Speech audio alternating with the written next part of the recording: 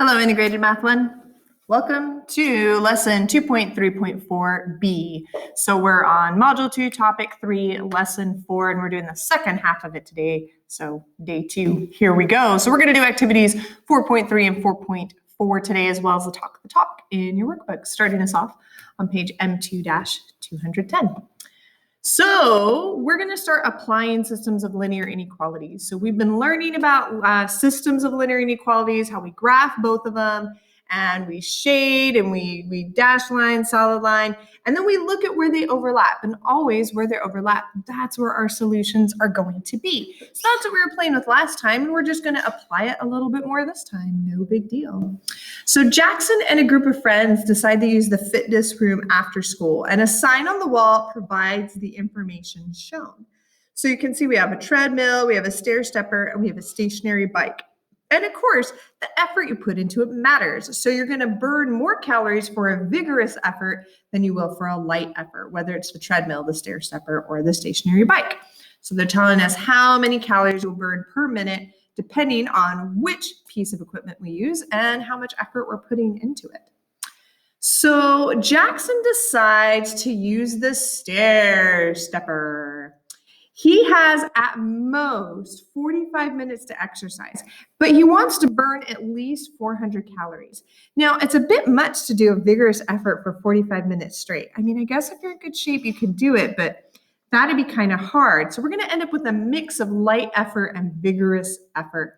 But again, he's only got 45 minutes to exercise, and he wants to burn at least 400 calories. More than 400 calories is good, but he doesn't want to go under that.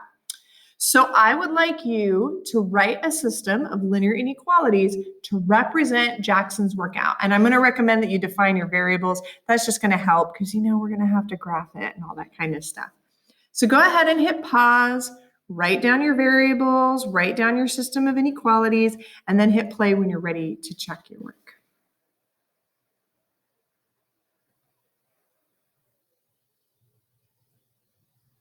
So I know we're about to have to graph this, so I'm just going to use X and Y as my variables. And I'm going to let X be the number of minutes for a light effort on the stair stepper. And I'm going to have Y be the number of minutes doing a vigorous effort on the stair stepper. So light effort is X, vigorous effort is Y. And we said at most he wants to do 45 minutes. He doesn't have much time, so he can only work for up to 45 minutes, not more than that. So less than that is good. Equal to that is good, but not more than that. So I'm going to say that his number of light effort minutes for light effort X plus his number of minutes for a vigorous effort Y needs to be less than or equal to 45 because he's only got 45 minutes to work out. He can't work out later than that. He might miss the bus or something, right? Things happen. Maybe you'll be late for work. I don't know. Oh, but we also want to burn at least 400 calories. So for our light effort X, we need to multiply that by 6.9. So 6.9X plus is also going to burn 10.4 Y, right? 10.4 calories for each minute of vigorous effort. And we said we want it to be at least 400. So that needs to be greater than or equal to 400. Look, we have a system of linear inequalities. We're magical and amazing. You know what's coming up. Number 2, I want you to graph your system of inequalities. So go ahead and graph them on the x-axis. Now you are going to graph both of them on the same graph. Take them one at a time, shade, all that good stuff. And remember, we're looking for where our shading overlaps, all right? Go ahead and hit pause to work this out and then hit play when you're ready to check your work.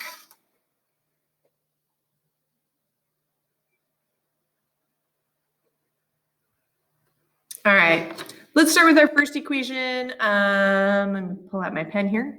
Makes things better. So we have X plus Y is less than or equal to 45. And actually for our boundary line, I'm going to say that it's equal to 45 to make it a little easier to graph. So we'll say it's equal to 45. I do see a half an equal sign there. So because it's less than or equal to, I'm going to say it's solid. Yes. And of course, one of the easiest ways to graph this is just to find the intercept. So I'm going to plug in a 0 for Y. So that means X plus 0 equals 45. So X equals 45. And then, of course, let's find our y-intercept. That means I'm going to plug in a 0 for x. So 0 plus y equals 45, which means y equals 45. So that was easy. That was nice. That was convenient. So I'm going to plot these guys. So I am going to number and label my x-axis. So my x-axis, I'm going to count by 2.5, I guess, 5, 10, 15, 20 every 2, so it'll fit a little bit better. And of course, x is my minutes of light effort. Sorry, that's hard to read. I'm going to do a similar numbering system here on my y-axis. And of course, that's going to be my minutes of vigorous effort. And we said the x-intercept is 45, so I'm going to put a dot right there. We said our y-intercept was 45, so we'll put another dot right there. And, we got to connect it with a solid line. So I'm going to connect it with a solid line. I definitely recommend using a straight edge. It works better. Don't forget that you also need to know which side you're shading on. So 0, 0, I'm going to plug that in. So 0 plus 0, is it less than or equal to 45? Well, 0 plus 0 is 0, which is less than or equal to 45. So yeah, 0 is on the shaded side. So my 0, 0 down here, that does mean I'm going to shade underneath this guy. So boom, shaded. Let's do the same thing for this other lovely one. We can do that. I'm going to go ahead and erase this just so I've got some room to work here. These ones have some bigger numbers, so I want to have some space to work. I've also got my calculator handy to make it a little easier for me to work these out. All right, got my pen back. So we have 6.9x plus 10.4y is greater than or equal to 400. Greater than or equal to says this bad boy is going to be a solid line. For my boundary line purposes, though, I'm going to go ahead and just make that a straight equal sign, just for purposes of making my boundary line. Again, probably easiest if we do the intercept. So my x-intercept, will plug in a 0 for y. Pardon me. Woo! Allergies. There's pollen all over this place right now. Keep going out to my car after work and it's all coated in yellow. I don't drive a yellow car, but you wouldn't know it at this point in time. My goodness. So I'll plug in a 0 for y. Of course, that's 0, so that cancels out. We have 6.9x equals 400. And if I grab my calculator, 400 divided by 6.9 gives me about 58. It's not perfect, but means I'm gonna, and I do go a little bit off my x-axis, so it did kind of go a little ways off there. That's okay. We'll make this work. For our y-intercept, that means I'm going to make x equal to 0. So 6.9 times 0 plus 10.4y equals 400. So that's gone and cancels out. I have 10.4y equals 400. So if I divide 400 by 10.4, I find out that y is about 38 and a half, somewhere in there. So I went ahead and I made another little dot right about there. We said it was a solid boundary line because of that greater than or equal to. So I'm making it nice and solid. We have to figure out if we're shading above or below. So again, let's pop in a 0, 0 and see what happens. So 6.9 times 0 plus 10.4 times 0. Is that greater than or equal to 400? Sorry, I went off the edge of my screen there. Of course, 6.9 times 0 is 0. 10.4 times 0 is 0. 0 plus 0 is 0. That is not greater than or equal to 400. So 0, 0 is not shaded. So that means since 0, 0 is not shaded, I'm not shading below this line. I'm actually shading above the line. So I'm going to go ahead and shade above the line. Ooh, and remember, we're looking for the overlap. We're looking for the overlap. We know that all of our solutions to the system of inequalities is in this overlap right here. And you can even, if you wanted to, like maybe use a different color. I'm going to use a different color. So I can be like, this is where it overlaps. So this chunk here, I'll use a slightly different color. This chunk here is where all of my solutions are. All of my possible solutions are in that little chunk. and the little chunk. So with that in mind, can you identify two different solutions of the system of inequalities? You've also got a couple other questions here. Like I just have A on my screen because it's kind of all I can fit on my screen. Don't panic though, don't panic. We got this. Page 211. There we are. So I have just A on my screen, but I'd like you to answer A, B, and C. So first, identify two different solutions of the system of inequalities. Remember, our solutions are in the little sliver bit. I'd like you to interpret your solutions, like what is X, what is Y, what are those things, right? In terms of Jackson's workout. And C, I want you to algebraically prove that your solutions satisfy the system of linear inequalities. That just means you need to plug your solutions back into your inequalities to make sure they work. So go ahead and hit pause. Pick 2 points, work your way through A, B, and C. Again, make sure you pick 2 points that are solutions that are inside your sliver. So pick 2 points inside your little chunk there. Work your way through A, B, and C. Hit pause to do that. Hit play when you're ready to keep the discussion going.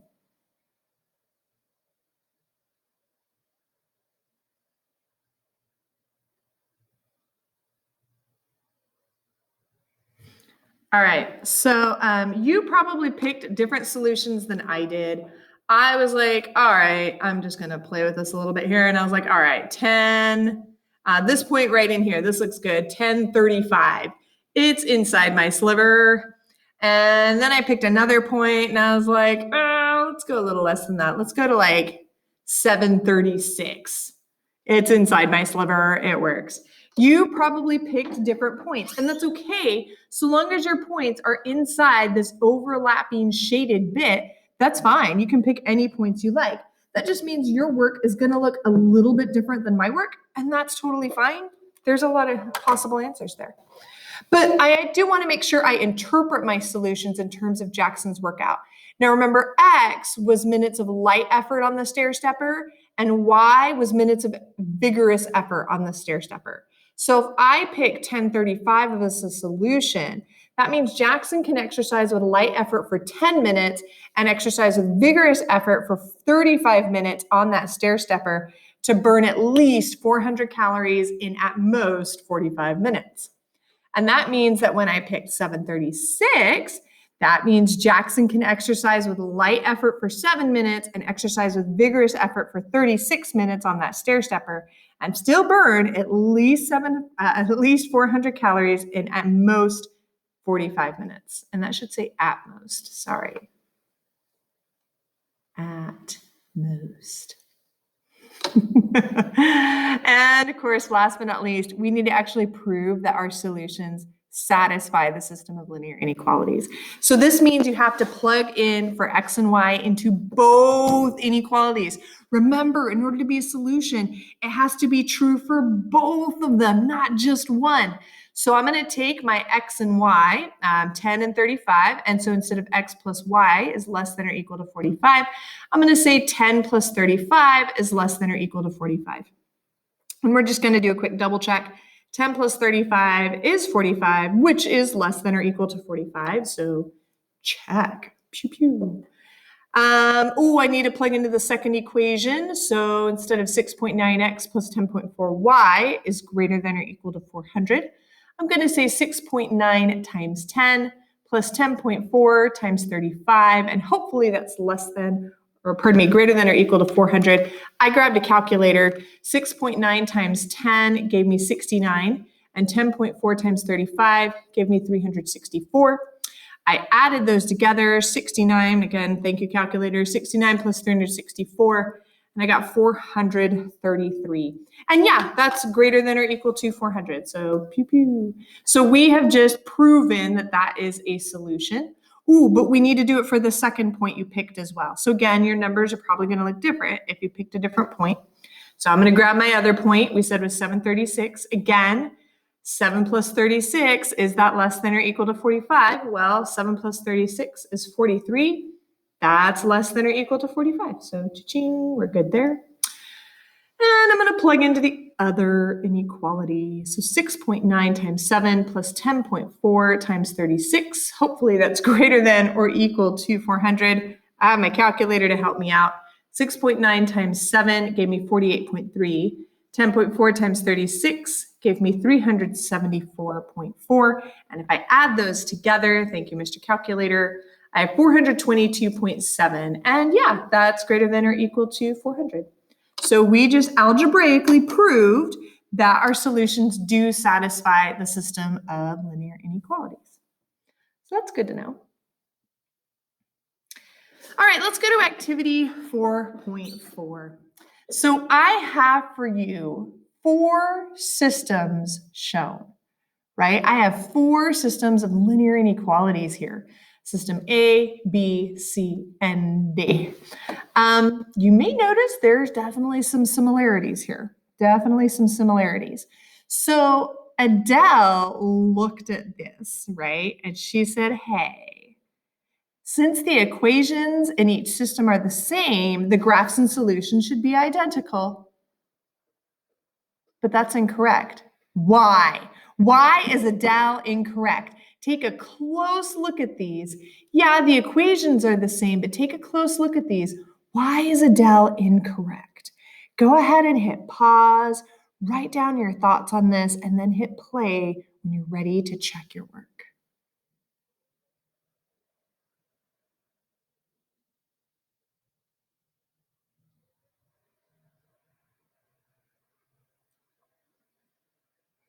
All right. So yes, the equations for the boundary lines are the same, right? If I turn all of these into equal signs, they'll all be the same equations. However, notice some of these say less than, some of these say greater than. And doesn't that affect which direction that you shade? Doesn't that affect which direction that you shade? So while it is true that the equations in each system are the same, that only defines the boundary lines. The combinations of inequalities are not the same, right? We have less than and greater than. We have greater than and greater than. We have greater than and less than. We have less than and less than. The combinations of inequalities are not the same. So the intersecting regions will be different. And because where they overlap, where they intersect, since that's going to be different for each system, that means our solutions are not going to be identical. So I have for you some graphs. So what I'd like you to do is take a look at your systems A, B, C, and D. I want you to match a graph and possible solution to each system, okay? So me personally, what I'm gonna do is I'm just gonna go one graph at a time. I'm gonna match up a graph with one of the solutions, with one of the systems and one of the possible solutions. Now, I should warn you, one of my solution sets are empty and one of my graphs is empty. So match a graph and possible solution to each given system of linear inequalities. But you're also going to need to complete the blank graph and partial solution set to make 4 complete sets, okay? So 3 of them you'll match up, and then whoever you've got left over, you're going to need to do the graph, okay? Go ahead and hit pause. This may take you a little bit of time to work out, so hit pause, work your way through it, and then hit play when you're ready to check your work.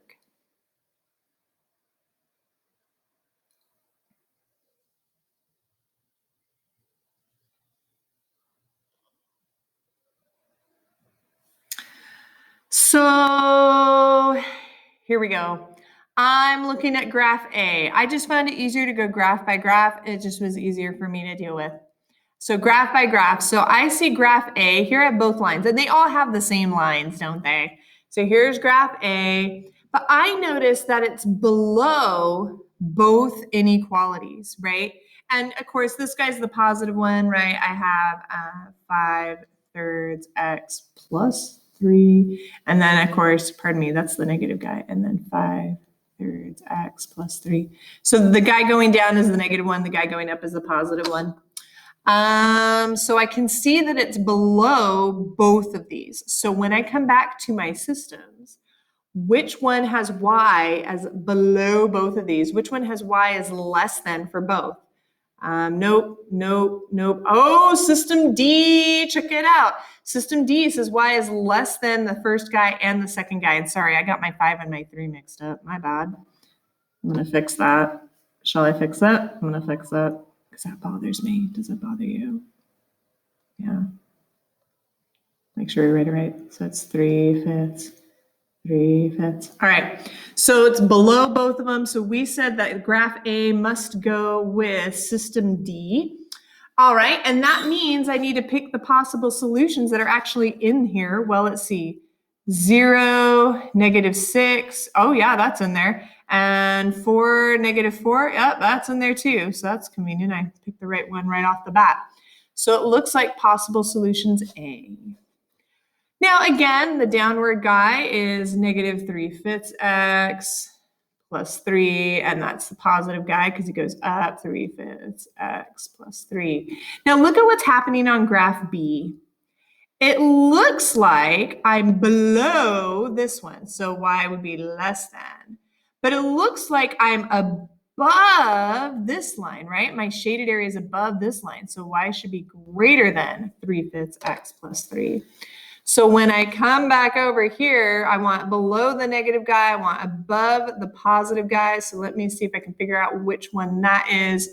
We said below the negative guy. Ooh, this one, and above the positive guy. System C matches it. So graph B goes with system C. Of course, we need to figure out possible solutions. So I'm going to take a look here. That says 0, 7.5. That's not it. That's not in my shaded area. This says -6, 4. Oh, hey. And of course, -10, 8. Yeah. Possible solution C. That's where that's going to go. So graph B with system C with possible solution C. Let's take a look at graph C. All right. So here's my downward guy. So that's the negative one, right? -3/5 x plus 3.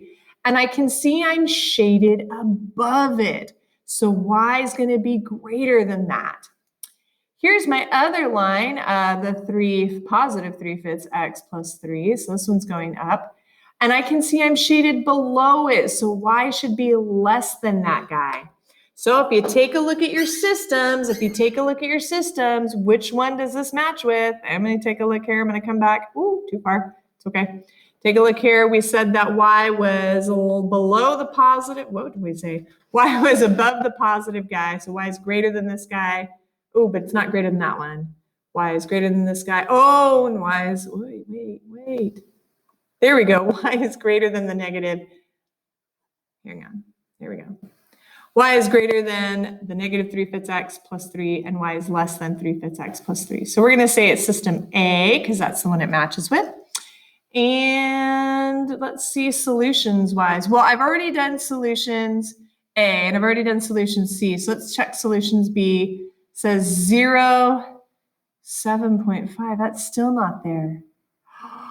This one must be possible solutions D. So pick 2 points that are in here. You can pick any 2 points you like. Which points do you want to pick? I picked a couple points. What did I pick? I picked 5, 3, because that's inside of there. And I picked 8, 6. They're both inside of there. You could have picked different points. Just pick something inside of there. So possible solutions D, it shall be.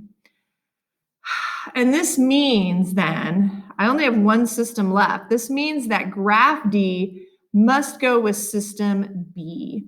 Well, then we got to graph system B. So let's graph system B. And again, we know the lines are exactly the same, right? The lines are exactly the same. We know it goes with possible solutions B because that's all we have left. So the lines are exactly the same. So I just made the exact same lines we had over on the others. Now, we're saying that you have to have, hang on, let me come up here. So system B says it's above both of them. Oh, system B says it's above both of them. Okay. So system B says you've got to be above this line and above this line. So that means they're going to overlap up top. Boom. And that makes sense with possible solutions B. Makes sense with possible solutions B, right? 0, 7.5, and negative 4, 10. Yeah, those are all in my solutions. So that one was trickier. That one was trickier. We got there. We got there. We're all right. We're all right.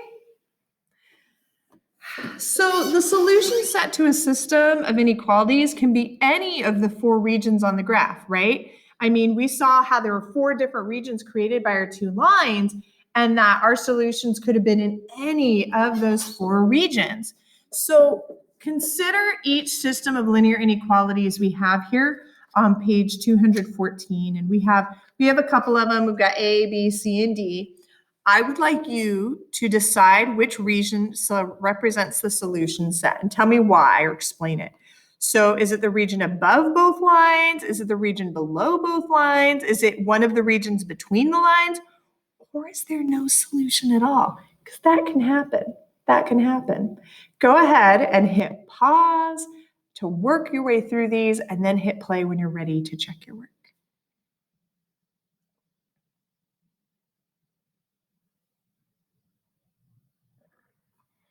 All right, let's do this.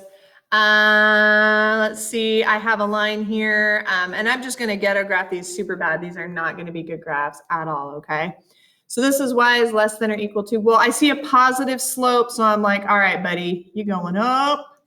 I see this line right here says that it's also a positive slope, so it's also going to be a lower y-intercept, so it's going like that. They are parallel though. They do have the same slope. But notice this says that y is less than, so I'm going to color below. Ooh, but this one also says that y is less than, so I'm going to color below that guy too. Oh, terrible coloring, but you get the idea. It looks like my solution set is in the region below both lines. So they were parallel lines, weren't they? Interesting. I got some more parallel lines here. Oh, it looks like I'm missing pieces though. Sorry, there's probably supposed to be a number in there that got lost. Yeah, it's a 7. Sorry about that. It's in your book. I don't know why it disappeared from my slide, but there's a 7 in there. Glad it's in your book. So again, let's do a quick little ghetto graph. Y equals x plus 5. So I have a slope of 1, So y-intercept at 5. Y is greater than, so we're going to shade above. This says, I'm going to use a different color. I think that'll make it easier. This says that y is greater than 7 plus x. So again, my y-intercept is now up higher, right? It's up here. And it says that y is greater than that guy. So fine, I'm shading up above that guy. So it looks like the region that's overlapping is above both lines. Okay. What about these ones? So again, making a little ghetto graph. Ooh, I have a negative slope this time. That's okay. We can handle negative slopes. So y is greater than 12 minus 3x. So it's going to be all the way up at 12. It's going to go down. It says that y is greater than that. So I'm going to shade up above. This next one says, also has a negative 3x, but my y-intercept is a little lower. So it's going down, but now it's a little lower there. And this is that y is less than that. So, oh, wait, they don't overlap. Well, because they don't overlap, there's no solution. Well, that was kind of sad. All right, one more. Again, these are not my prettiest graphs ever, but they're going to get the job done. We can manage it. Choo. So this has a negative x with the y-intercept at 6. So negative x means it's going down. These are not perfect graphs. We're just getting the idea. And it says that y should be, I'm going to use another color here, y should be bigger than that. So y is going to be up above. And of course, next one up, y is less than 9 minus x. So that means it's even higher, right? So it has a higher point, and it's going to come up here like this. And it says that y is less than that. Ooh, so I color down below. My coloring is getting bad. Sorry. Look though, it overlaps in the middle. They overlap in the middle. Oh, So my region is between the lines. It's where they overlap. Okay, so I know these weren't the best graphs ever. And I hope you noticed these were all parallel lines. They didn't intersect.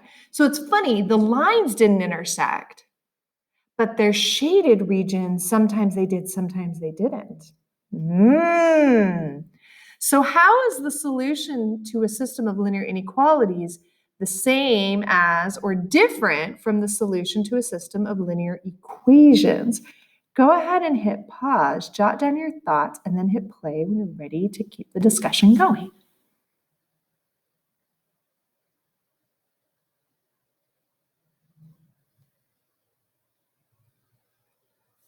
So the solution to a system of linear inequalities and a system of linear equations will satisfy both inequalities and equations, right? So if you're looking for a solution, it has to be true for both statements. We know that. So that's something they have in common. But also something they have in common is we had situations where there was no solution to a system of linear inequalities, but we also had that happen with linear equations. You could have no solution for a system of linear equations. That happened there too. And there are some differences though, because when two equations of a system intersect, there's one unique solution. But when the graphs of two inequalities intersect, that system of linear inequalities, there are multiple solutions, right? So with lines, you're like, that's where they hit. There's one solution.